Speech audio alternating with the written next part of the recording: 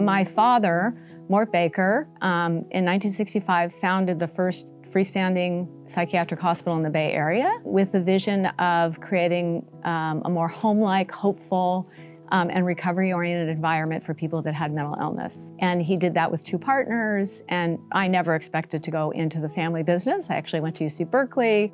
I went to business school at night. I was working at Montgomery Securities and tech financing and having a blast. And my father passed away unexpectedly at age 64 and kind of handed me the baton to step in. And my mom had passed away many years before. And I'm the youngest of 3 girls, but he believed in me, which was very, very empowering and powerful. At the time, there was 5 programs in California, Northern California, and he had about 200 employees. And today, if I fast forward, my greatest pride is that we actually have 175 programs in 35 counties in 5 states, and we have over 5,000 employees today. So one of my greatest points of pride is the extent to which we've expanded the services that we provide at such a time of need. I mean, the mental health care field, as most people can appreciate, is the biggest public health crisis of our time right now, truly. I sometimes will say, what inspired me to stay all these years? It seemed like serendipity, but then when I look back, I realized that the motivations were very powerful in their embryonic stage, and they're still some of the same motivations that I have today, which is growing up with mental illness in my family and recognizing how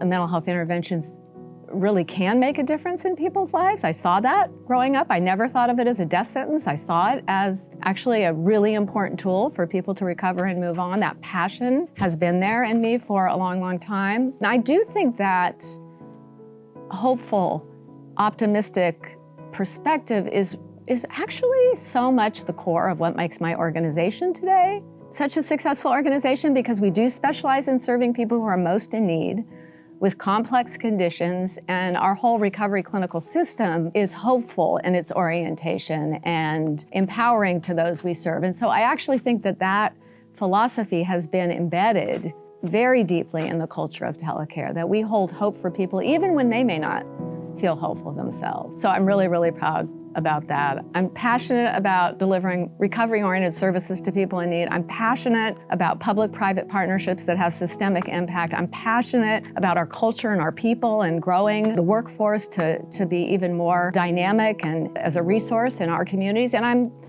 I'm passionate about AN 4.0 at this stage in my life.